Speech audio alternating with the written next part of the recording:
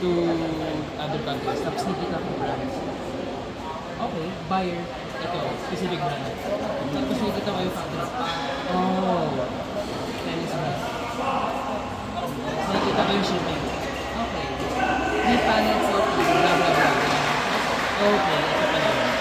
Kasi last time, yung company namin, nag-accept ng apat na containers for, I think, 18 pallets each. 18 pallets each ng, ng raw materials. So, nakita namin sa ship. Diretsong sa, I think, Germany. And then, na-realize ko, Germany. Oh. Okay, tawa ako. So, ibig sabihin, yung pallets na yun for mga rackets nila. Kasi nakita ko factory, straight to bubble. Like, advantage talaga ng trabaho ko nasa logistics ko dito. May updated ako sa mga kung ano nangyayari sa mga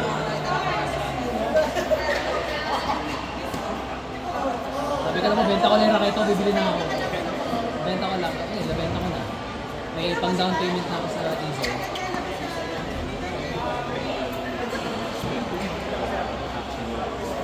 Ang plano ko pag diesel, I don't wanna buy brand new. Because, ano pang purpose ng brand new? Magagasgas ng brand. Mas prominent pa kasi like you eh. So I'd rather get a second hand one. If may gasgas, okay na pag umutak pa ng protection. Ano yung scratch guard din eh. There's no harm naman. Hindi mo maka-apektuhan yung performance mo kahit may gasgas. The longer you play, wala na yun.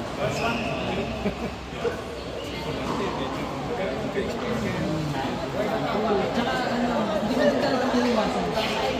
Kaya okay lang yun.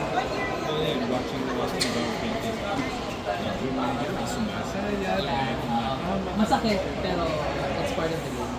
Ako, ilang beses na nasira na racket ko, pinayos ko lang yung grommet ko.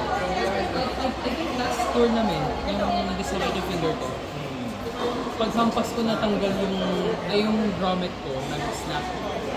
So yung string ko, imbes na naka-place na siya sa ganun, medyo nakagaling siya. Tapos pag binabalik ko, buwabalik sa ganun. So, pinayos ko siya. Buti lang may connection sa ganun. I'm not sure kung may connection sa na ano siya, USB. Pinadala ko yung racket ko sa ganun. Binayaran ko shipping fee. And then yung pag-repair.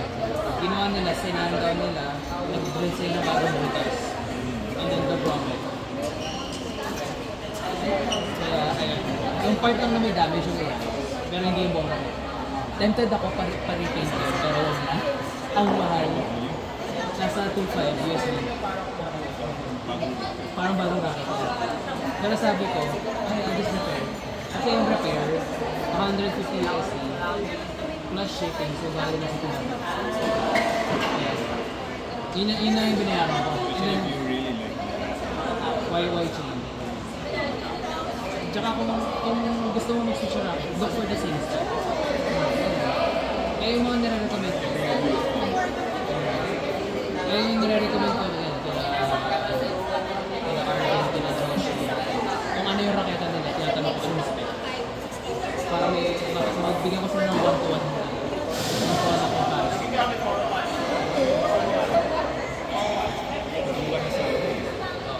Mahirap na kung magpapalit ka tapos iba kayo. Sabihin natin, grip 3 yung raketa ko. I want to change racket. Pwede mang ito, tapos i-recommend ko grip 2. Okay kung grip 3, pero may iba kasi ng grip 2. Tapos grip 4, ganyan. Wala palang grip 3. Kaya lagi kong tinatanong yung spec. Swing pattern, weight, swing weight, ganyan and ganyan. Kasi para at least mas madali yung paghanap, parang kumbaga hindi mo natin date. Kaya nga nang tinanong ako ng boyfriend. If ever magpalit ako, sabi ko, maka-sweet empty ka na, ano ba, any other brand? Sabi niya, ang dami kong na-recommend sa kanya outside brands. Tapos yung sinabi niya, ito pala yung weight, ito yung string pattern, ito yung grip.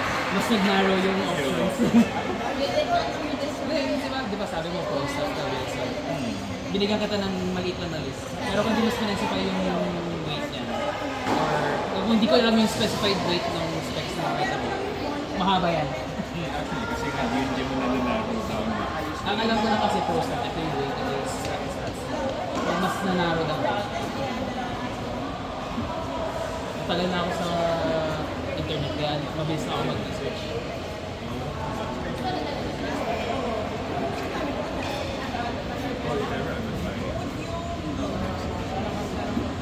Kung gusto kong medyo yung risk taker ka o frame ka. Okay lang eh. Ako, nung first time ko mag-tennis after a long while, ginamit ko yung raketa ng dito. Ay, lolo ko. Ano yun? Danlo TX B50. That was 330 grams. Ano yun? Yung raketa na yun, at the time magaan ka yun.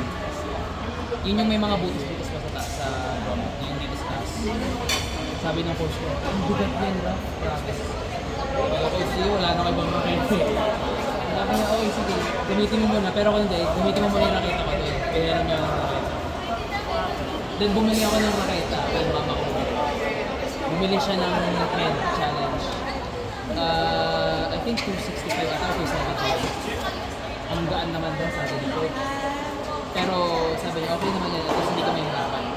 Ang problem, ang laki ng head size. Baka mahirapan ako. So, na-recommend niya, bilhin ko daw yung blade niya. Yung 98, yun yung binili ko. Sabi ko, kasi hindi pa ako naninibago. From 105 to 90. Sabi ko, naman, ano lang, sanayan lang. Okay. Binili ko sa kanya. Original price ng 22. Nabili ko sa kanya ngayon. Brand new pa.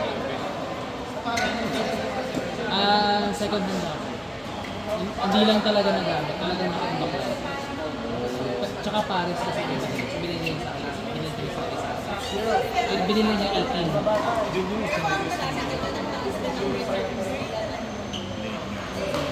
Pero ang hirap gamitin ko.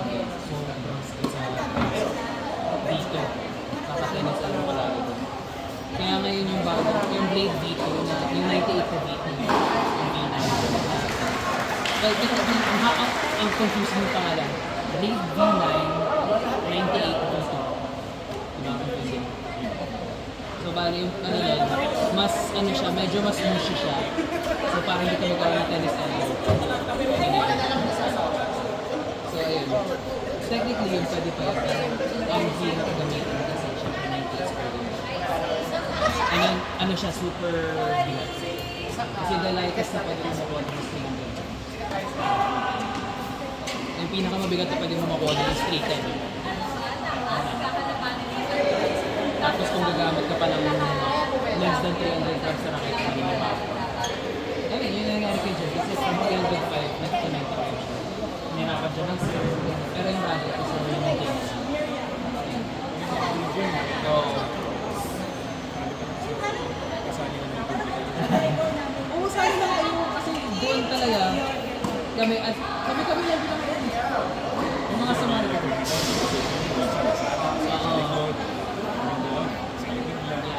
Di ba kasi pag doubles, ang inisip ko, oh, kailangan nasa baseline pa rin. In pro play, mga kasi pag doubles, isa nasa middle. May iba naman, oh yeah, they choose to play baseline kasi, di ba? Yun na. Kaya ako, ewan ko kung napapansin, pag ako naglalaro ng net, hindi ako fully nasa net. Nasa may inside service box ako.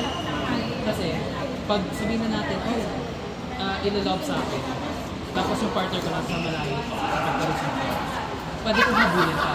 Nasa gitna pa kasi ako. Whereas kung nasa net na ako, ang layo naman siya. Kaya kung nasa may, within yung service box na ako, halfway na ako para mahaba yung bola. Tapos kung i-drop shot mo, tapat ko pa. And then if I want to be aggressive naman sa base, sa net, lalapit ako ng konti. Kaya yung sinasabi sa akin nito, unpredictable ako. Yun yung pros na unpredictable. Cons is, madali akong kumbaga, pag nasa net na ako, pwede i-cross sa kasi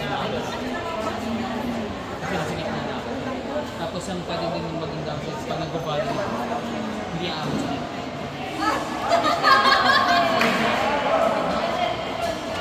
Pero ako, I made worse twice. Parang ginawa ko ng paraan. So, nasa service box na ako, ibabalik sa akin. Spin. Tapos medyo konting tulak para may spin. Para at least umabot. Pero may makakasing po kaso. Which is problem ko yun. Pero okay lang yan. Kaya sasabi pa rin sa akin, pader pa rin. Sa service box pa rin ako. Kaya minsan kapag may mga kalaban kami, kasi sila, hindi nila binibigay sa akin. Kasi alam nila naman sila, pwede ko lang ibalik. Kaya ginagawa nila, lagi nila nilalap sa akin. Kasi sinat ako, kasi alam ko yung partner ko, ayaw nila. Pupunta sa right side ko, kumbaga instead na parang pagano tayo, kumabas. Tapos kung nakagalit na tayo, pwede yung takbo pag so, kasi isipin mo, yung half ng court, instead na equally divided sa gitna, kaya parang triangle yan. So, yung from that left all the way to the right, and then pabalik dito sa base, yun yung sakop. Tapos siya din, yung partner mo, ang sakop niya is from the baseline, on the other side of the court. And then may iba naman, ang gusto nila. Kung ang hatian, gitna. So, kung yung receive mo, ibabalik mo lang. Tapos ang half on sa'yo na, baseline. Iba naman yun. Kumbaga, pag naglalaro ng tennis, outsmart. Anong position yung gagawin? Anong shape ng doubles? Triangle or rectangle?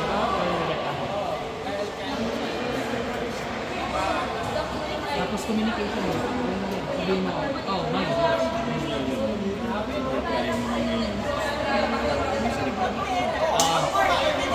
Ano lang, huwag na lang kayo ilang kung gitna. Ano lang, kung sa tingin ko ay pag-gitna na. Sino gusto ko mga ng bola? Sige mo.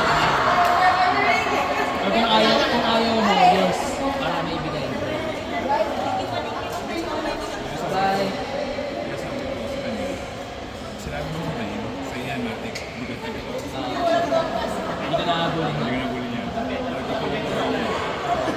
Ata sa kaya ngayon, yung tito ko, pagka-doubles partner ko siya, naiirita siya. Kasi, hindi siya gusto niyang kunin yung bola, pero ako mahabol. Sabi ko, wala akong sinasabi. Pangitay ko eh. So, sabi ko, okay, sige. Practice na bola.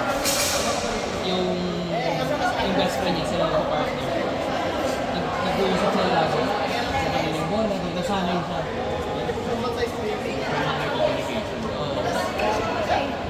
Binibiro ko nga, dito, kung matagal na kayo sa marriage, wala kayong pinag-uusapan, paano pa kayo kung may pinag-uusapan kayo? Communication is key. Tatagal yan lang. Sabi ng tita ko, thank you, anak. Advice of me. Tapos sabi ko, tita, innocent ko. Thank you, anak.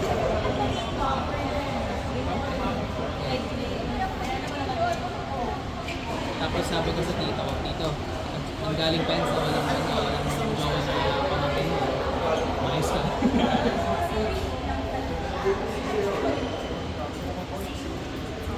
Kaya as much as possible, in-enjoy ko eh.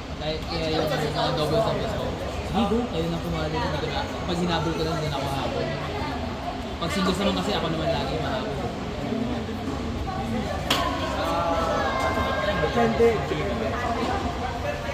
Hindi naman tayo professionals dito.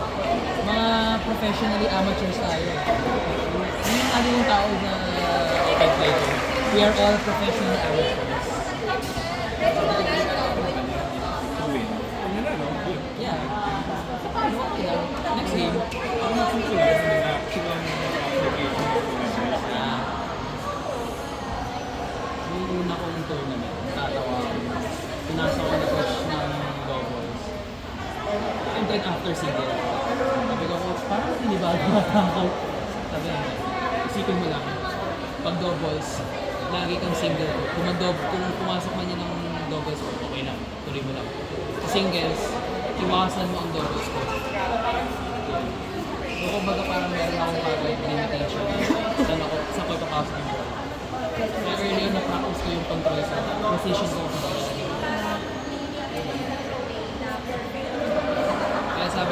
Kaya sabi ni Coach, mabilis ako matuto. Kasi I can adapt. Sports in general. Considering first sport ko was physical, which is football. 8 plus years. Since ako 6 years old. Tennis ako until senior high school. Kaya football ako. And then by, I think, later years ng senior high school, pinag-switch ako. Dalawang sport pinasabay ko. Badminton tsaka table tennis.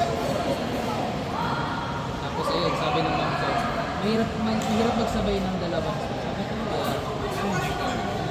pero sabi niya, nagagawa ko naman daw. Kasi nag-badminton kami ng mga offices.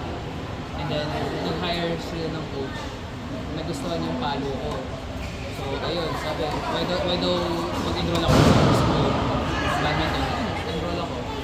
Nagustuhan din naman, I think 1 year ako nag-badminton ng coaching and then 3 years later, puro laro-laro na lang ako. Then sumasali sa competitions. And then, after nun, table tennis. 3 years, naglaro ako. And then, wala na. After nun, pandemic. Kaya nasabi ng mama ko, nagmara ka nga talaga sa akin. Kasi nanay ko, atleta. Sport niya, badminton, basketball, volleyball, and then ballroom dancing. Ayan. Tapos, nakuha ko naman yung talino ko sa tatay ko. Even though I hate studying. Buti mo, pinaka-hate ko na subject, physics, science, tsaka math. Yung pa yun, dun ako nag-honors. Baliktad. Yung mga gusto kong subject, history, language, tsaka Filipino. Bagsak ako dun. Baliktad. Ganun din yung papa ko gusto. Gustong-gusto niya,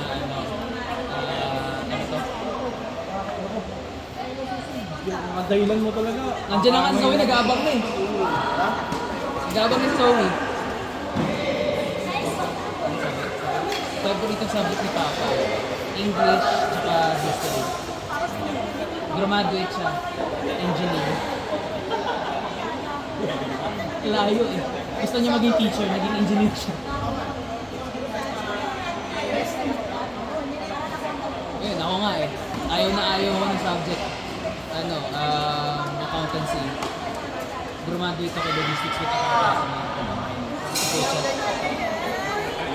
Baliktad ako pa. Sabi na nanay ko, di ba sabi sa'yo, gusto mo pa mag-marketing tsaka multimedia ka. Gusto ko yun eh. Sabi, natapos mo nga, with honors ka pa eh. Well, that's life. Yun lang nasabi ko.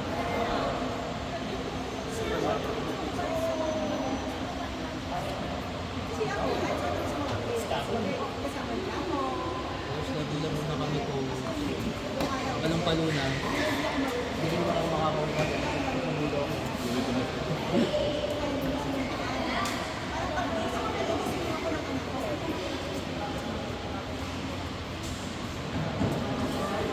Sabi ko, tingnan mo na phone. Then na-realize ko, ito pala yung phone. Hindi yung flip. Yung flip kasi maliit eh. Ito yung phone. Kaya ba? Laro-laro na nga ako. First time laro-laro ka. Siyempre. Lagi ayaw mo eh. Hindi, pag open play, kailangan ko lang win ako. Siyempre may trabaho ko na dito. Oo, Sabado. Pero ngayon, wala na akong trabaho. So, Wala. laid off na kami. Bankrupt na yung kumpanya namin eh. Tinakasan kami ng investor eh.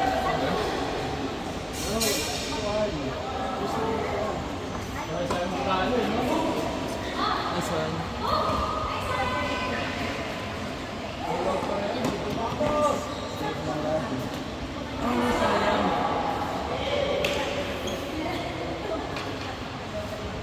Wilson, Wilson versus Wilson Nice one. Flash Ultra. Tapos, Roland Garros pa rin. Pau, Wilson versus Wilson.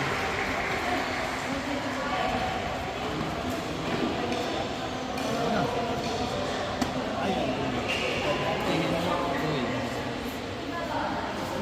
Dalawa isa pa ako kapakain. Dalawa pa sa connected.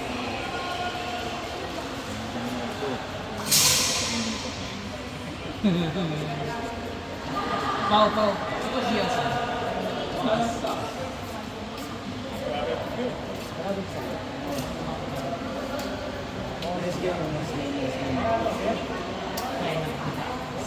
Di ako makapagisip. Pinatigil ako kasi baka nag-date.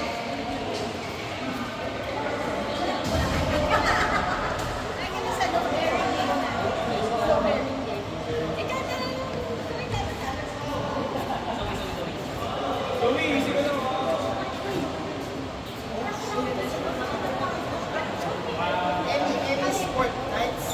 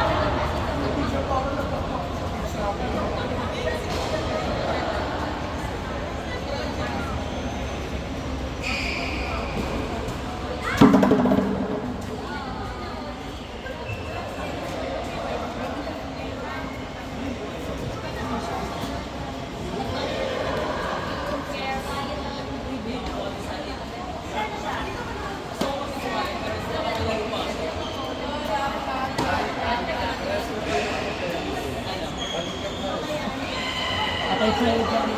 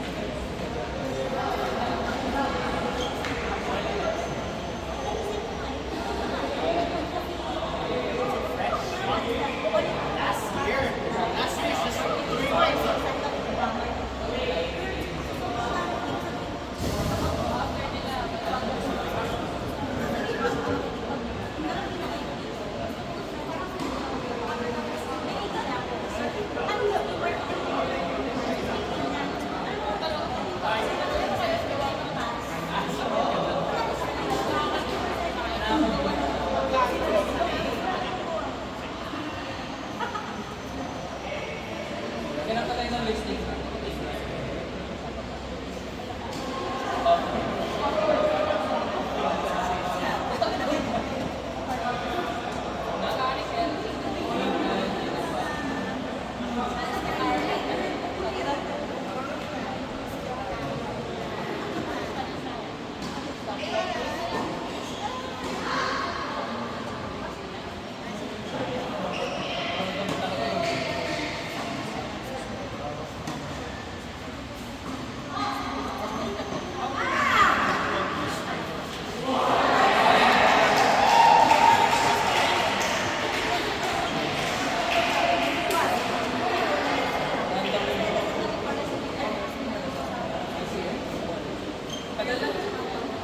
Nag-training kasi ako last time sa Raso. Open surgery. Ibaka lang yung ano. Inabot ko yung bola. Inabot ko yung bola kasi gumagal.